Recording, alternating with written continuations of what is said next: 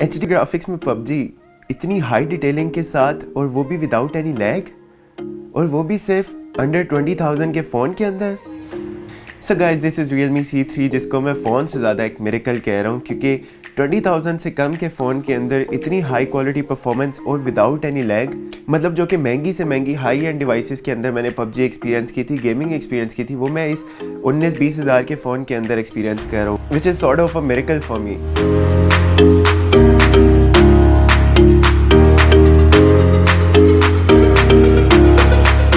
So this is the complete review of the phone, जिसके अंदर मैं आपको बताऊंगा कि ये फ़ोन कैसा है अंडर 20,000 स्पेशली, ये फ़ोन कैसा है परफॉर्मेंस पॉइंट ऑफ व्यू से, डिस्प्ले पॉइंट ऑफ व्यू से, camera and everything else. So guys, first of all मैंने रिव्यू के शुरू में ही कहा कि फ़ोन ने एक मिरेकल है, और इसे मिरेकल क्यों ना कहूँ, क्योंकि मैंने सुना तो था, काफ़ी वीडियोस भी देखी थी, लोग कह रहे थे कि इसके अंदर जो चिपसेट है वो स्पेशली डिज़ाइन किया गया है हाई परफॉर्मेंस के लिए, और फाइनली जब मैंने इसे खुद यूज़ किया, इसके अंदर गेमिंग की, एक्सट्रीम हाई एंड गेमिंग करने की कोशिश की, तब भी मुझे कोई लैग फील नहीं हुआ। मैंने कहा यार ये वाकई में 20,000 का फ़ोन है कि नहीं। सो यू कैन सी कि वाकई में इतनी कम प्राइस में ये पहला ऐसा फ़ोन है जो कि इतनी अच्छी परफॉर्मेंस दे रहा है। आई डोंट नो वाई इसके अंदर वेदर कोई डेडिकेटेड गेमिंग के लिए GPU डिज़ाइन किया गया है, या कोई इसका इंटरफेस इतना ज़्यादा अच्छा है, मे बी जिसकी वजह से परफॉर्मेंस काफ़ी ज़्यादा अल्ट्रा स्मूथ है। सो गाइस, ये फ़ोन गेमिंग के लिए और हाई एंड परफॉर्मेंस के लिए तो अच्छा है ही, लेकिन उसके अलावा भी इसके अंदर तकरीबन सारे फीचर्स काफ़ी कमाल किए हैं, और स्पेशली अगर इतनी प्राइस के लिहाज से इसको जज करूँ तो वाकई में आपको तकरीबन 19-20 हज़ार के अंदर एक कंप्लीट पैकेज मिल रहा है। और guys, the most unique thing about this phone is कि इसके अंदर जो UI है वो Realme का अपना डिज़ाइन किया हुआ पहला यूज़र इंटरफेस है जो कि इस फ़ोन के अंदर आपको मिलेगा, जो कि काफ़ी हद तक मिलता जुलता है, जिसकी आइकन्स और रिप्लेसमेंट मुझे लगता है कि कस्टमाइजेशन है स्टॉक एंड्रॉयड के अंदर, क्योंकि इस UI में और स्टॉक एंड्रॉयड की UI में तकरीबन कोई ज़्यादा फ़र्क नहीं, आइकन्स की सिमिलरिटी और तकरीबन मेन्यूज़ वगैरह एक ही तरह से स्वाइप अप स्वाइप डाउन हो रहे हैं, और तकरीबन लुक भी एक जैसी आ रही है। तो यानी कि जो मैं कहता हूँ आपको स्टॉक एंड्रॉयड में आपको स्मूथ परफॉर्मेंस मिलती है, वही स्मूथ परफॉर्मेंस आपको इस फ़ोन के अंदर भी मिल रही है Realme के UI के साथ। और गाइस, बाकी Realme 5i की तरह इस फ़ोन के अंदर भी आपको मिलती है 5000 mAh की ह्यूज बैटरी, और क्योंकि गाइस ये फ़ोन स्पेशली डिज़ाइन किया गया हाई परफॉर्मेंस गेमिंग के लिए, तो उसके लिए इसके अंदर बैटरी को भी ज़्यादा कैपेसिटी की बैटरी डाली गई है, ताकि आप लॉन्ग आवर्स तक अच्छी गेमिंग कर सकें। क्योंकि मैं बेट लगा के कह सकता हूँ कि 20,000 के अंदर कि आप 25,000 में नहीं, 30,000 में नहीं, 35 में नहीं, 40 में नहीं, आपको कोई फ़ोन ऐसा नहीं मिल रहा जिसके अंदर आप HDR में इतनी अच्छी गेमिंग परफॉर्मेंस कर सकें इतनी हाई डिटेल्स के साथ। तो ये फ़ोन आपको 19 से 20,000 के दरमियान का ऐसा फ़ोन मिल रहा है जिसके अंदर आप HDR गेमिंग कर सकते हैं, और वो भी इतनी हाई डिटेलिंग के साथ विदाउट एनी लैग। तो गो फॉर दिस फ़ोन, यही कहूँगा मैं आपको।